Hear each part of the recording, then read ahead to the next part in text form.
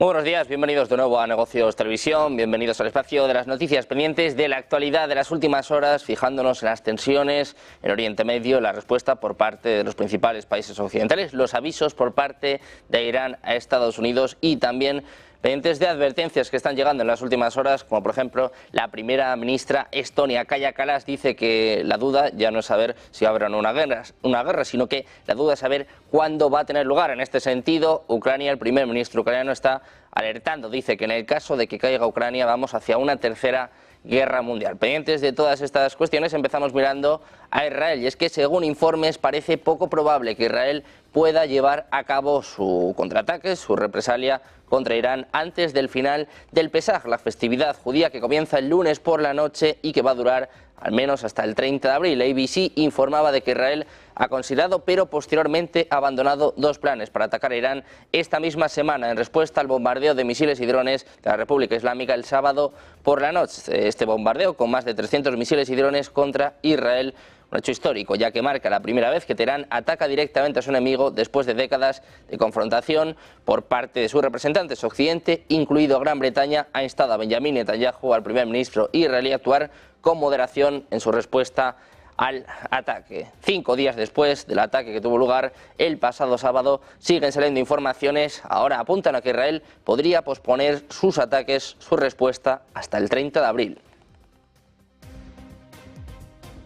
Miramos también a más análisis en torno al ataque que sufrió Israel, y es que hay funcionarios israelíes que calcularon mal la gravedad de la respuesta de Irán al ataque del 1 de abril contra un edificio en Damasco, en el que murieron varios comandantes del cuerpo de la Guardia Revolucionaria Islámica. Es lo que está informando The New York Times. Dice que los israelíes se habían calculado muy mal, pensando que Irán no iba a reaccionar con fuerza, según varios funcionarios estadounidenses que participaron en discusiones de alto nivel después del ataque. Una opinión compartida por un alto funcionario israelí, según está diciendo este medio. Dos generales se encontraban entre los fallecidos en el ataque israelí contra lo que Irán dijo que era el edificio de un consulado en la capital siria. Este medio, New York Times, dice que los funcionarios estadounidenses estaban enojados porque solo se les había informado unos minutos antes del ataque a Damasco y porque no se les había transmitido la importancia del mismo. Dos funcionarios israelíes decían al Times of Israel que los planes para el ataque comenzaron 2 meses antes de que se llevara a cabo.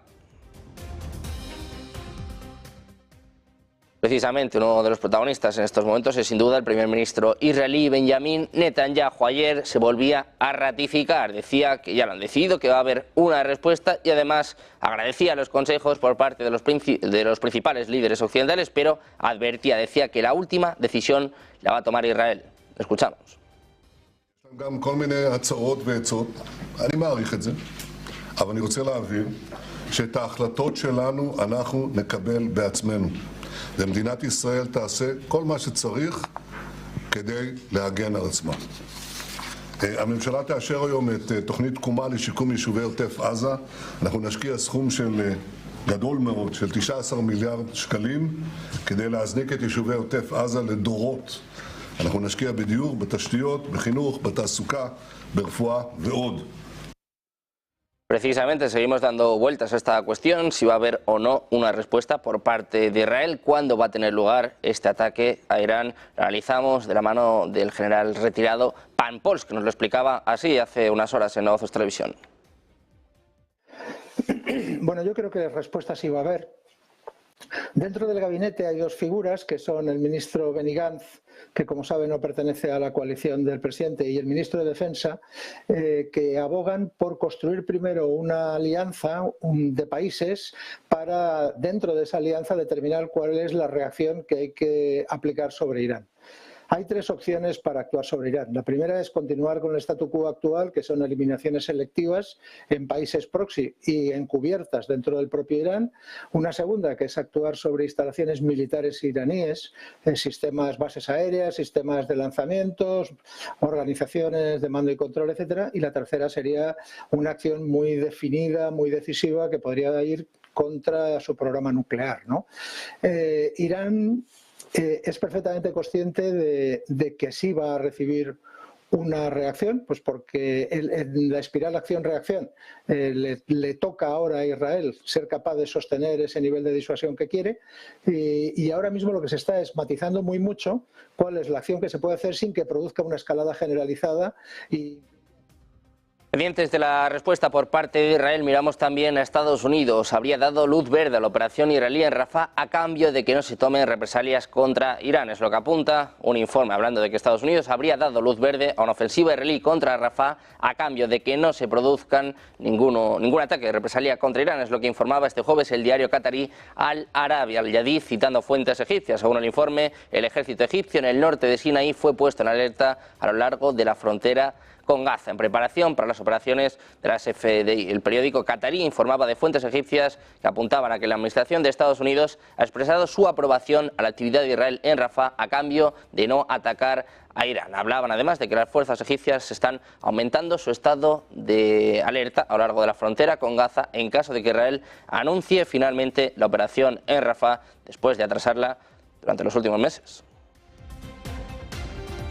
Pendientes de estas cuestiones, miramos también precisamente esta ofensiva en Rafah. Es que, según se informa, Israel ha desplegado artillería adicional y personal blindado en las zonas que rodean la franja de Gaza, lo que sugiere que el ejército se estaría preparando para su ofensiva terrestre amenazada desde hace mucho tiempo sobre la ciudad de Rafah. Las FDI confirmaron este martes que estaban comprando 40.000 tiendas de campaña para preparar la evacuación de cientos de miles de civiles desplazados que han buscado refugio en Rafah, la ciudad más al sur del enclave asediado. Rafah es la única zona urbana importante del territorio en la que las fuerzas terrestres israelíes aún no han entrado y el único lugar de relativa seguridad para al menos 1,4 millones de civiles palestinos desplazados.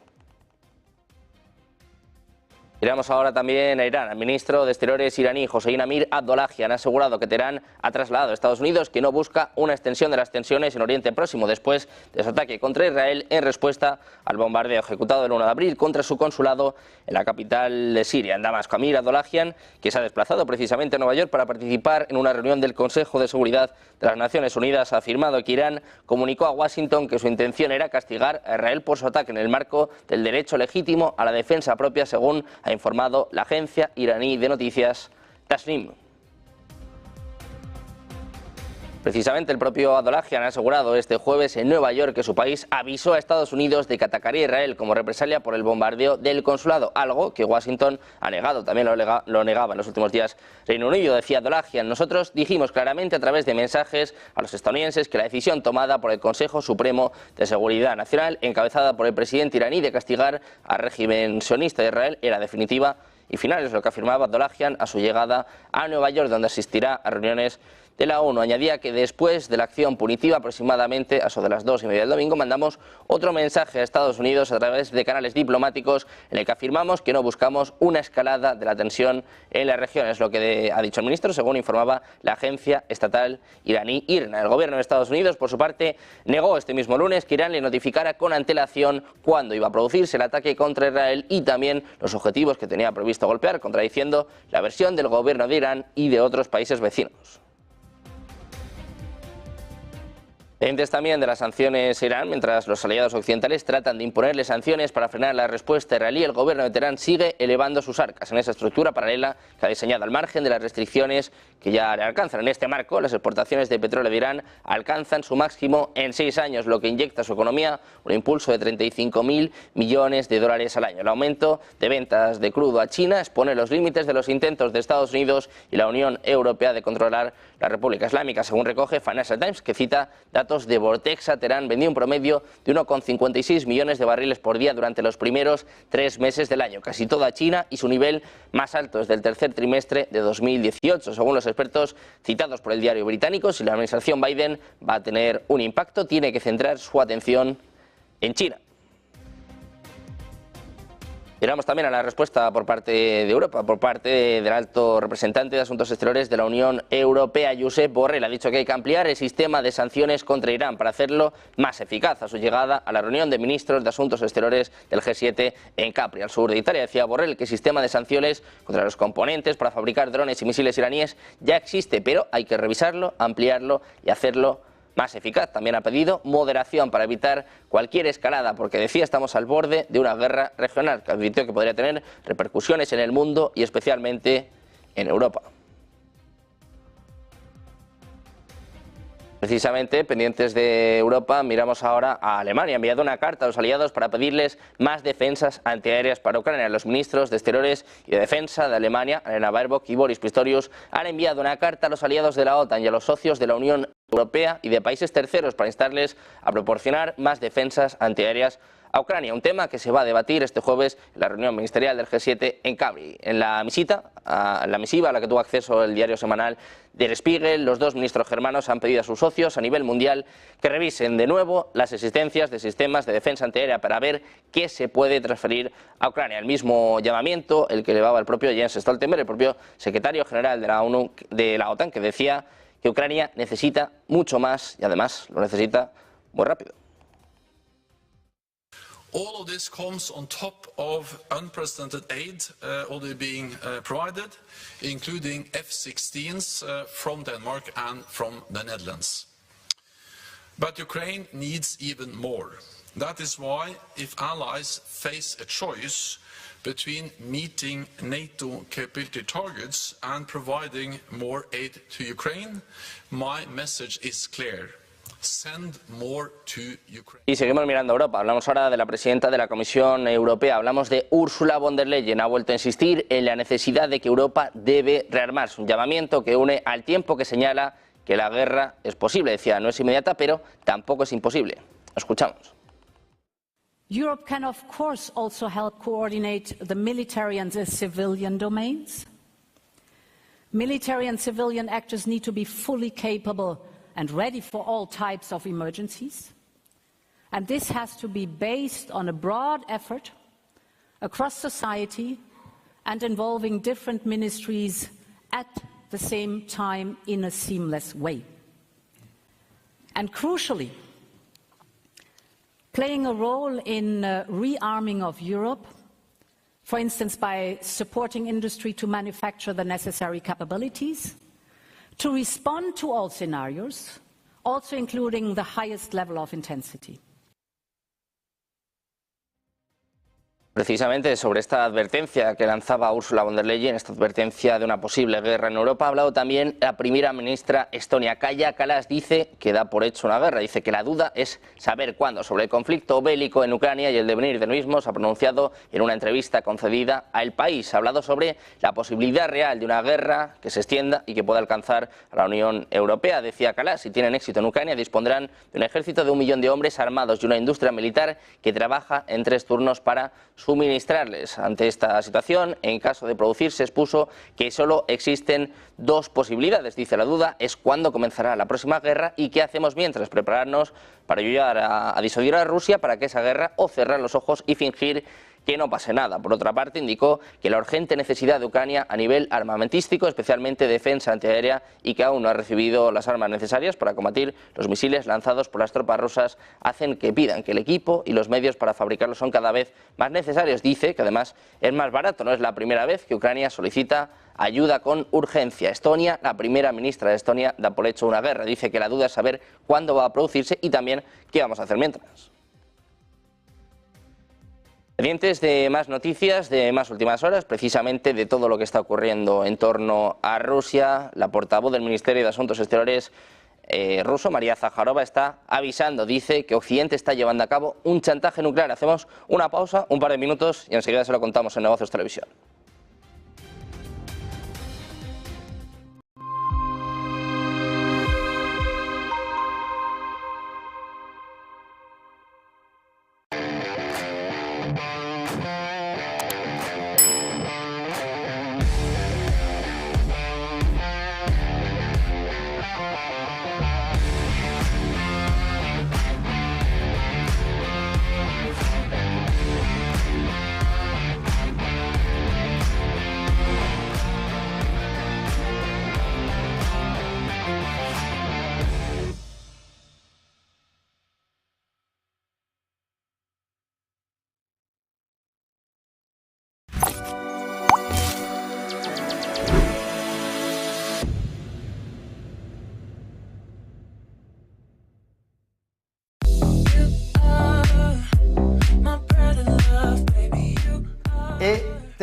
ETF, Seguro que habéis escuchado estas tres letras juntas y es que es el acrónimo en inglés de Exchange Traded Fund. ¿Y qué es un Exchange Traded Fund? Pues un fondo cotizado, que no es otra cosa que una bolsa de activos, que pueden ser iguales o distintos, que cotizan en bolsa.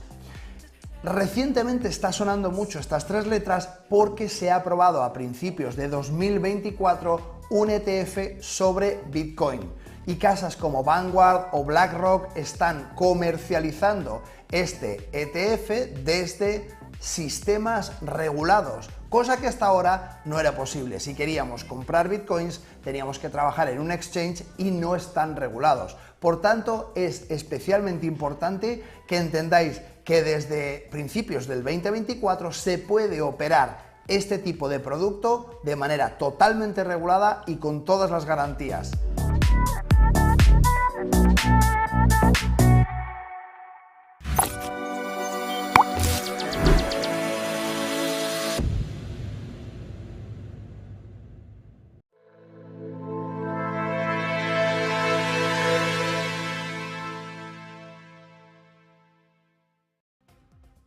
Ya estamos de vuelta en Negocios Televisión, seguimos pendientes de todas las noticias, de todas las últimas horas. Apuntamos ahora a Rusia. La portavoz del Ministerio de Asuntos Exteriores ruso, María Zakharova, ha acusado este jueves a los países occidentales y a Ucrania de chantajear a Rusia. Ha pedido a Moscú que transfiera el control de la central nuclear de Zaporilla. Kiev sí quiere que cesen los ataques a la planta, es lo que estaba pidiendo Ucrania. Decía Zakharova, no solo admitieron públicamente que Ucrania es una fuente de amenazas para la seguridad de la planta, sino que también confirmaron su complicidad en ataques peligrosos contra esta instalación. Lo más importante es que han confirmado que están involucrados en chantajes, con solo un particular detalle, que este chantaje es nuclear, es lo que afirmaba Zakharova en una conferencia de prensa. Recientemente las fuerzas ucranianas han llevado a cabo varios ataques con drones precisamente contra esta central, dañando al menos uno de los 6 reactores de la planta.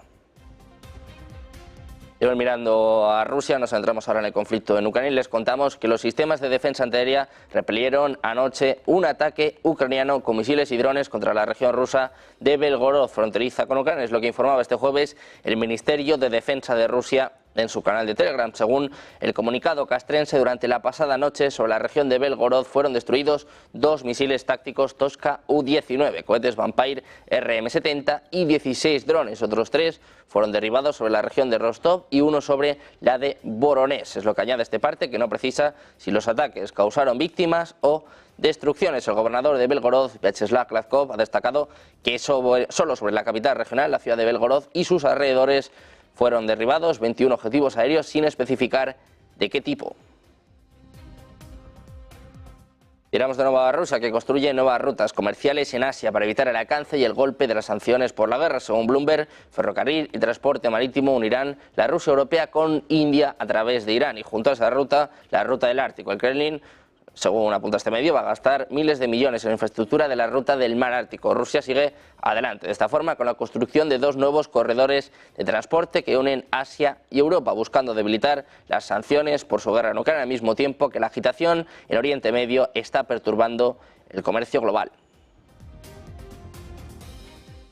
Miramos ahora a Ucrania. A la alerta del primer ministro ucraniano Denis Esmihal, ha afirmado que una caída de su país en su guerra con Rusia podría derivar en una tercera guerra mundial, al tiempo que ha pedido fondos para proteger a su país. En unas declaraciones a la cadena británica BBC, Esmihal hizo estas afirmaciones al canal público de televisión al instar al Congreso de Estados Unidos a que apruebe un proyecto de ley que lleva tiempo estancado. En declaraciones hechas desde Washington, el político ucraniano expresó un optimismo cauto ante la opción de que la Cámara de Representantes de Estados Unidos apruebe una medida por la cual se destinarían 61.000 millones de dólares a Kiev. Seguimos hablando de Ucrania, ponemos el foco ahora en el ministro de Asuntos Exteriores. Hablamos de Dmytro Kuleba. Ha instado nuevamente a Estados Unidos este jueves a aprobar el proyecto de ley que autoriza ayuda adicional para Ucrania. Dijo que el apoyo, literalmente, sin exagerar, dice, ayudará a salvar a los ucranianos de la masacre con misiles rusos antes de una reunión con el secretario de Estado estadounidense Anthony Blinken dice de Kuleva: esta es una cuestión de vida y muerte para miles de personas y en un sentido más amplio es una cuestión de supervivencia de Ucrania en esta lucha contra un enemigo mucho más fuerte. Blinken se ha unido a él para pedir a la Cámara de Representantes que adopte el proyecto de ley tan pronto como esta semana, señalando que prácticamente todas las solicitudes de presupuesto suplementario que se solicitan se destinarán a la producción de defensa en los Estados Unidos, construyendo su propia base industrial de defensa y ayudando además a crear buenos empleos. Miramos ahora a la economía, hablamos del responsable de políticas del Banco Central Europeo. Joachim Nagel ha refrendado el guión de que el recorte de tipos parece probable que llegue en junio. Eso sí, ha advertido que a ciertas partes de los datos de inflación entrantes que todavía parecen más altos de lo deseado. En la CNBC ha subrayado como la inflación básica sigue siendo alta. La inflación de servicios, también dice, es bastante elevada. Añadía que para la reunión de junio tendrán nuevas proyecciones, así que tendrán sus nuevas previsiones, y si hay una confirmación de que la inflación realmente está bajando y alcanza el objetivo en 2025, dice, la probabilidad es cada vez mayor de que haya recortes, sobre todo apuntando a la reunión de junio. En este sentido hablaba también Christine Lagarde, la presidenta del BCE, ha señalado que la eurozona exhibe claros signos de recuperación tras un periodo prolongado en el que ha estado coqueteando con el estancamiento. En un acto organizado por el Council on Foreign Relations ha manifestado que el crecimiento en Europa ha sido mediocre, pero ha ido acompañado de buenos datos de empleo. On the economic outlook, I'd say growth in Europe has been mediocre and has been much slower than growth in the United States. If you combine the cumulative growth in Europe since COVID-19 hit us all, until now, you're talking about 3% cumulative growth. If you compare that with the US, 6%. So there have been years up and down in different, not exactly aligned. 22 was a very good year for Europe, wasn't a good year for US. The US had a recession. 23 was very good for the United States and very mediocre for Europe. We haven't had a recession, but it's been very, very slow and meager. But on both sides, you have an employment and a job market which is phenomenal. The employment and the unemployment rates in Europe are as good as they have ever been. Por otra parte, la presidenta del BCE ha reconocido la relevancia de China en el concierto económico mundial, desde el papel de las materias primas o la estabilidad financiera hasta los flujos comerciales, y se ha mostrado inclinada hacia la idea de que China reorientará sus exportaciones hacia los países no alineados por las tensiones con Estados Unidos y la Unión Europea. So it may well be that, as we all do, there's an adjustment process where the capacity to mobilize production is no longer addressed to a market as large as the United States or a market as open as Europe, and is now directed to lots of other countries, including in particular the non-aligned countries, which represent which I think it was a Gita Gopinath study that was published a couple of years ago, so it needs updating, I'm sure, but I think she concluded that the non-aligned countries, so those that are not sort of Western countries, neither Eastern countries, represent 50% of global, are involved in 50% of global trade. Pues nosotros seguimos pendientes de los bancos centrales, de toda la actualidad, de todas las últimas horas, del mejor análisis de esta penúltima sesión de la semana. Hacemos una pausa, unos minutos, y enseguida comienza Ponte en Acción de la mano de Eva Villanueva.